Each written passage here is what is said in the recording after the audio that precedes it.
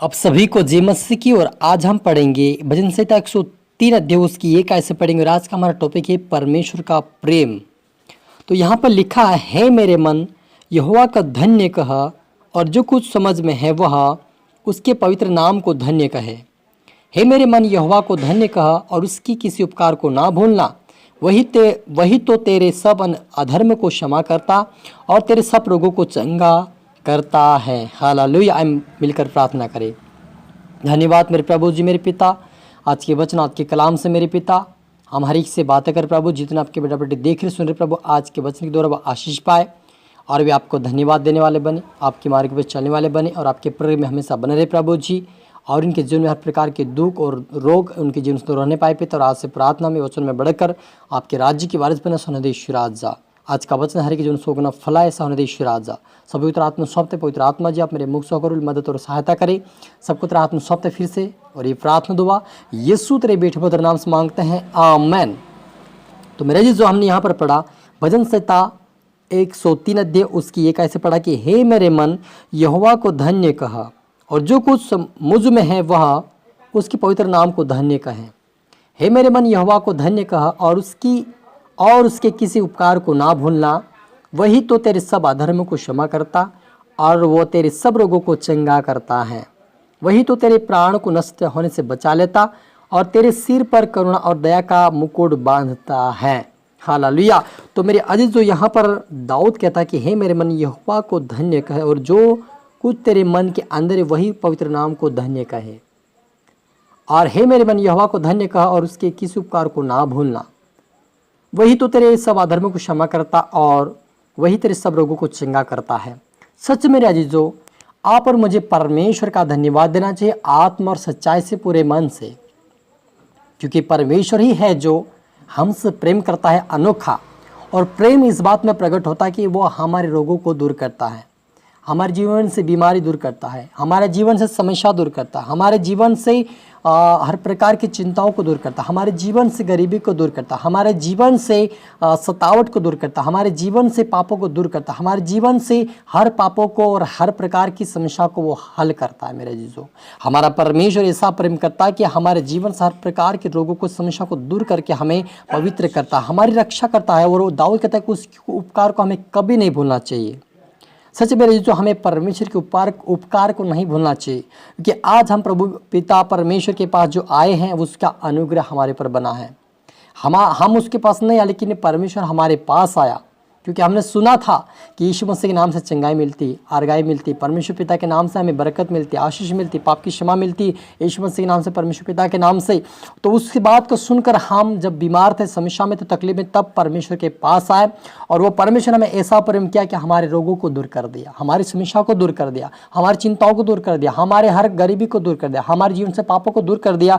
ऐसे परमेश्वर के उपकार को हमें कभी नहीं भूलना चाहिए, दाऊद कहता है मेरे जो। और मैं भी कहता हूँ कि हमें नहीं भूलना चाहिए, क्योंकि हमारा परमेश्वर अनुग्रहकारी दयालु परमेश्वर, चंगा करता और स्वर्ग राज्य का अधिकार बनाने वाला परमेश्वर पिता है। उसके उपकार को हमें नहीं भूलना चाहिए। और वह लिखा कि वही तेरे प्राण को नष्ट होने से बचा लेता है और तेरे सिर पर करुणा और दया का मुकुट बांधता है। वही तो तेरी लालसा को उत्तम धातु से तृप्त करता है, जिससे तेरी जवानी उकाब के समान नई हो जाती है। यह सब पिसे हुओं के लिए धर्म और न्याय के काम करता है। उसने मूसा को अपनी गति और इज़राइल पर अपने काम प्रकट किए। यहोवा दयालु और अनुग्रहकारी और विलम्ब से कोप करने वाला और अति करुणामय परमेश्वर है। वह सर्वदा विवाद करता न रहेगा, ना उसको क्रोध सदा के लिए भड़कता रहेगा। हालेलुया। उसने हमारे पापों के अनुसार हमें व्यवहार नहीं किया और ना हमारे अधर्म के कामों के अनुसार हमको बदला दिया। जिस आकाश पृथ्वी के ऊपर ऊंचा है वैसे ही उसकी करुणा उसके डरवैयों के ऊपर प्रबल है। हालेलुया। तो सच में रही जो हमारे पापों के अनुसार हमारा परमेश्वर हमारा व्यवहार नहीं किया। आज संसार में अपने पापों की क्षमा के लिए वो कई प्रकार की बलिदान चढ़ाते हैं और वो कहते हैं कि हमारे पाप क्षमा हो गए। लेकिन यीशु मसीह पिता परमेश्वर आप और मुझसे बलिदान नहीं चाहता है, धन संपत्ति नहीं चाहता है, और कुछ भेंट नहीं चाहता है। परमेश्वर चाहता है कि हम उससे प्रेम करें, उसकी आराधना, उसकी भक्ति आत्मा और सच्चाई से करें, और उसके बदले में परमेश्वर आप और मेरे पापों को क्षमा करके हमें आज़ाद करता है। तो ऐसे उपकार को हम कैसे भूल सकते जो परमेश्वर बिना पैसे के हमें लौटा देता हमारा जीवन। जब हम मरने पर थे, जब हम मरने के गार में थे, दुनिया ने बोल दिया मर जाएगा, डॉक्टर ने बोला कि मर जाएगा, लेकिन उसी समय परमेश्वर ने हमें थाम कर कहा कि मत डर मेरे बेटे, मैं तुम्हें जीवन दूंगा, मैं दीर्घायुष्य तुम्हें तरफ तक करूंगा। और आज हमें परमेश्वर ने तरफ तक किया है, तो उसे उसके उपकार का हमें नहीं भूलना है। हमें उसकी आराधना, उसकी भक्ति आत्मा और सच्चाई से करें, जिस दाऊद कहते हैं हे मेरे मन यहोवा को धन्य कहे, क्योंकि धन्यवाद के योग्य परमेश्वर है, महिमा के योग्य परमेश्वर। वो परमेश्वर कुछ नहीं चाहता है। आज भी वो कहता है कि तुम मुझे सिर पर धन्यवाद के बल चढ़ो, यही मेरे लिए काफ़ी, परमेश्वर कहता है। और हमें उसके उपकार को नहीं भूलना, उसकी आराधना, उसकी भक्ति आत्मा और सच्चाई से करता है कि हम उसके राज्य के वारिस बने, क्योंकि परमेश्वर ने आप और मेरे पापों को क्षमा कर दिया। हमारे साथ व्यवहार नहीं किया कि तुम्हें पापों के बदले ये देना पड़ेगा, परमेश्वर नहीं कहा हमें।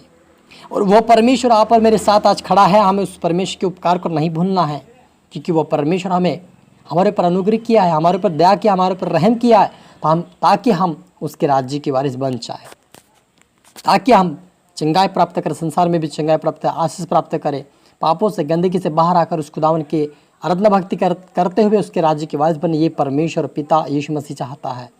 तो मेरे अजीजों, हमारा परमेश्वर सच्चा है, और कहता वो जैसे आकाश पृथ्वी के ऊपर ऊंचा है, वैसे ही उसकी करुणा उसके डरवोई के ऊपर प्रबल है। उदयाचल से लेकर अस्ताचल तक जितनी दूर है, उसने हमारे अपराधों को हम में से उतनी ही दूर कर दिया।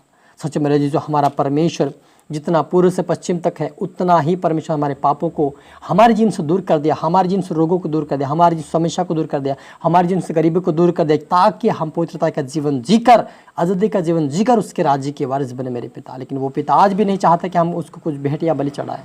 हाँ, हमारी इच्छा तो हम उसको दे सकते, क्योंकि परमेश्वर का बनाया हुआ सारी चीज़ें हैं, पानी, ज़मीन, जो भी उसका हक है परमेश्वर के, हम उसको दे।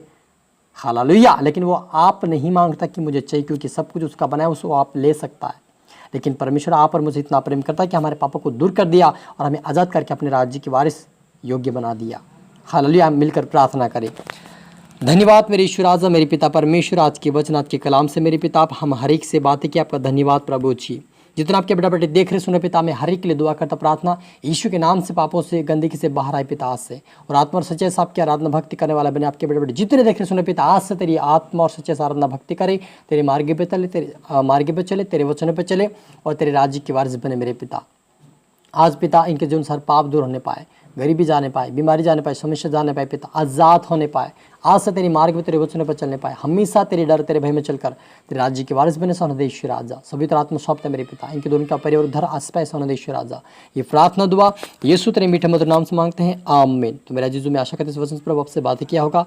इसको दोबारा सुनी, लाइक करें, शेयर करें, सब्सक्राइब करें, ताकि प्रभु आपको दुगनी आशीष दे। और आप सबको फिर से मेरी तरफ से गॉड ब्लेस यू ऑल।